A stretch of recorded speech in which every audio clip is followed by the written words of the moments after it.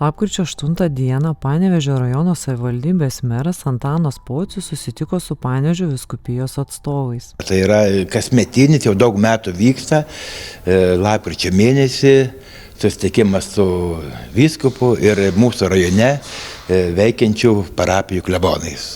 Tikslas yra paprastas, tik pabendrauti, pasidalinti tais įspūdžiais ar nuoskaudom, kas buvo metų bėgyje ir prie kalbos, prie kavos puoduko pabendraujam ir numatom, ką galima pagerinti mūsų bendroje veikloje sekančiais metais. O toks tikslas labai paprastas yra.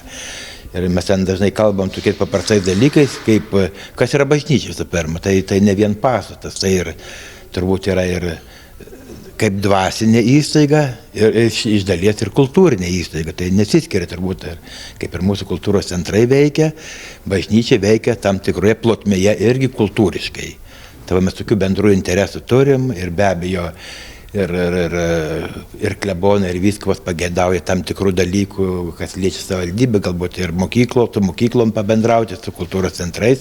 Ir be abejo yra tokie materialūs dalykai.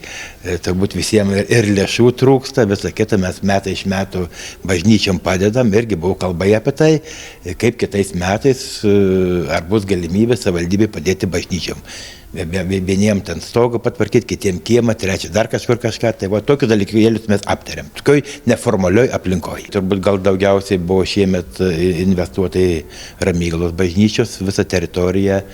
Iš dalies pati bažnyčia prisidėjo, bet didžiąją dalimi savivaldybė, tai yra visą kiemą išklojom trinkelėm. Labai svarbus savivaldybės ir tikinčiųjų bendruomenės bendradarbiavimas. Bendravimas tarp visų visuomenė esančiųjų institucijų arba bendruomenių yra labai svarbus. Bažnyčia yra viena iš tokių bendruomenių, kur visuomet vaidina tam tikrą vaidmenį. Pats dalykas, kad iš visų architektūros statinių, ypatingai kaimo vietovėse, kuo mes galim pasidžiaugti. Važiuojam iš tolo, matom bažnyčią, tada noras yra užsukti, pasižiūrėti, kas ten darosi toje bažnyčioje.